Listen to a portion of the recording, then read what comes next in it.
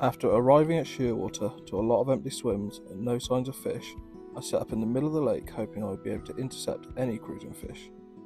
With the water level down, the 7 to 9 foot of water I had in front of me was perfect for the plan I had in mind. After finding some clear spots amongst the rocky lake bed, I chose to spot a mix of chopped boilie and pellet over one rod and just throw and stick boilie over the other two. Well, rigs of choice. So these are my two rigs that are going to go out my right hand spot. So my right rod and my middle rod go out my spot 16 wraps now. You've got my meter of Kevlar leader, leg clip. I've got 2 ounce.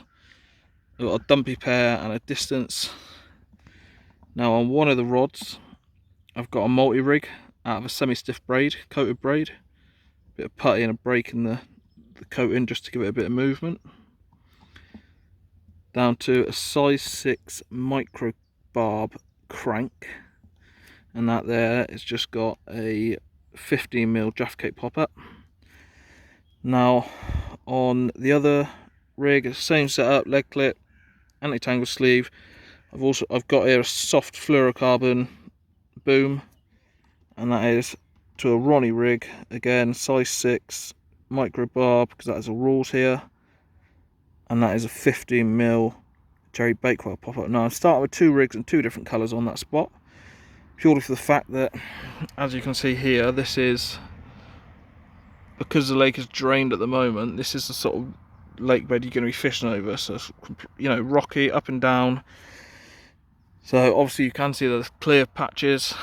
So I've gone with a multi-rig on a semi-stiff braid, hopefully to lay over any of the smaller rocks and stuff.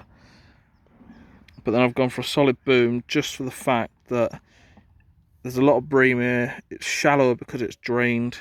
So if I do get picked up by a bird or a bream, then that is going to reset itself back up perfectly. Now obviously if I do get more results on one rig, I will swap over to either the boom or the coated braid. And again, same with hook bait colour. I've got whites, yellows and blacks, and obviously match a hatch to try as well. So I've got variation of hook baits. So yeah, I am just going to get them out on a pond, and fingers crossed we can bag ourselves a fish. Oof. Well, it is now just coming up 10 to 5, and you may notice a little bit of a difference. We have moved down the shallow end. Now I was right down, probably 3/4 of the way down that end. I was fishing out towards that tree, so you know I've moved quite a considerable distance up the bank. Now the reason I've come up here, because when I had a walk up here about 2 o'clock, and there is fish all over the back there. Now they're cruising in the margins, you know, not very far out at all. So my plan of action has been to move up here. Now I couldn't just sit down there behind stationary rods knowing full damn well there's fish up here. It just doesn't sit with me. You know, they're not in front of me, I'm not going to catch them. Here, they're in front of me, I've got a chance. Now I have, obviously a lot of the fish are out the back half here. So I've got one just off this tip here, an underarm throw. That's just got some boilie over the top of it, only a light sprinkling. My middle rod is halfway out, so you're looking probably about here, and my right hand rod is halfway between me and this buoy. Now my marker for that is that last tall tree here. So that's where I've gone to. There is fish out all around here. It's only probably 4 foot maximum. You know, there's some areas that are 2.5 or 2.5 foot, but there's fish that are feeding in them areas, so I couldn't justify spending the night down there. You know, I haven't seen anything, I hadn't had any line, there's no indication.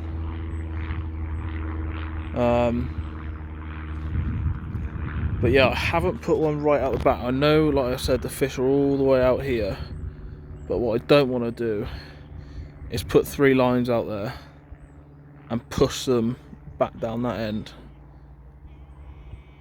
There's 6 or 8 anglers down that end. So my thought process was, the fish are all being pushed up here. If I can, you know, where I seen fish feeding earlier, which was just out here, out in the middle, and probably around about here. If I can get bait into them areas while there's no fish on the spots, obviously if they've been feeding there, then there's a reason. Look at the pile of fish there, look. There's a reason these fish are coming in and feeding there. So if I can get the rods in without spooking them like I have, then hopefully I'll be able to pick a couple of fish up. Because if I caught one from there, all I can imagine happening is that all just push out and that'll be it. You know, and then I'll probably be better off down there. But I just want to be able to pick them off shorter. You know, if nothing happens from these spots again, then, you know, I might just edge it out a little bit further and a little bit further. But for now, the rods do look stupid because they are up quite high. However, it's because I'm fishing off a shelf and I want to keep as much line out of the water as I possibly can do. So that was my thought process. But for now, bivvied up.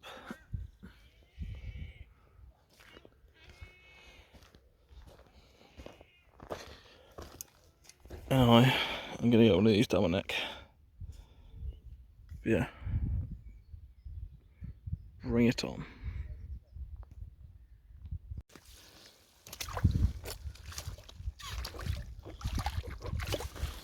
Well then, here we have the first fish. It is only a small one, so I'm going to get him. He's probably only 4 or 5 pounds and lively, so I'm just going to get him unhooked, get him straight back. Well, it's just coming up 5 AM. About 5 minutes ago I had this. It looks a lot bigger than it is, so I'm not going to get it out again. It's probably looking at maybe 6 or 7 pound. But it's just strange, like there's so many good fish in it. I just can't seem to get past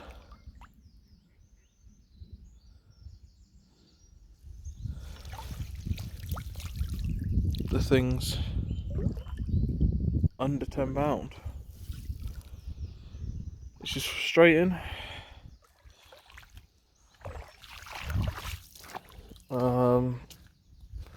But it is what it is.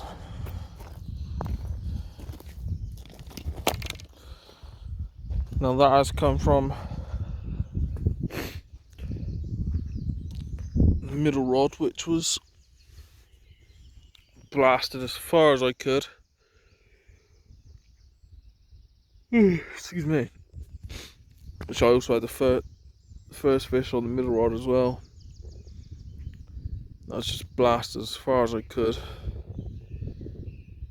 out towards these trees, these double trees here, just as far as I could.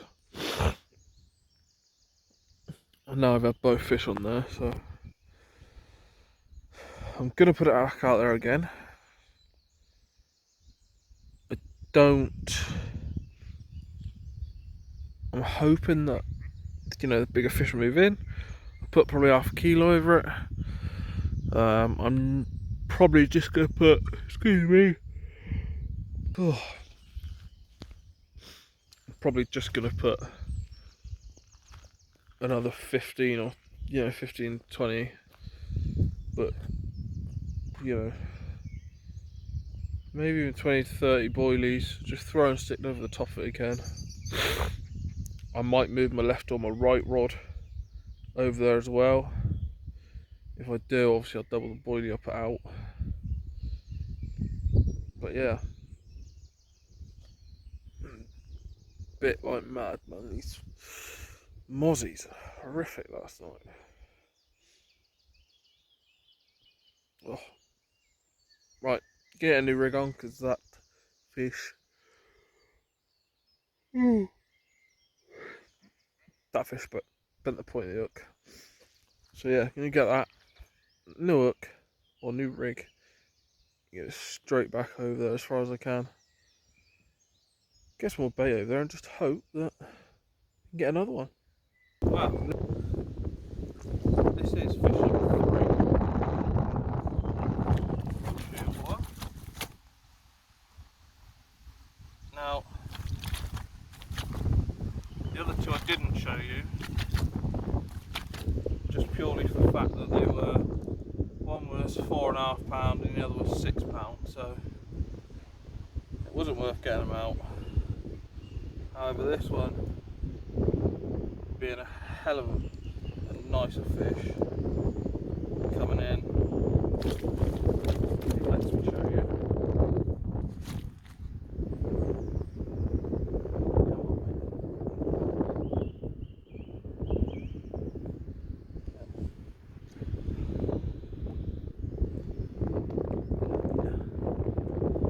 There we go. £11, 7oz shearwater mirror. Now they do go a lot bigger. The biggest one in here is about £34 at the moment. But the rod is back on the spot. Obviously this one was on Everface or Jaffa Cake popper, octopus baits.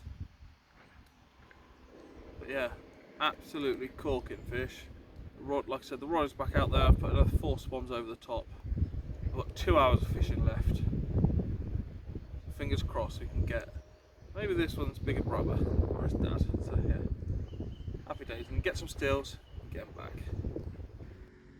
Do you want the chance to win? This quarter compact rucksack full of fishing goodies. Now let's take a look inside. So let's take a look in this rucksack and see what you can win.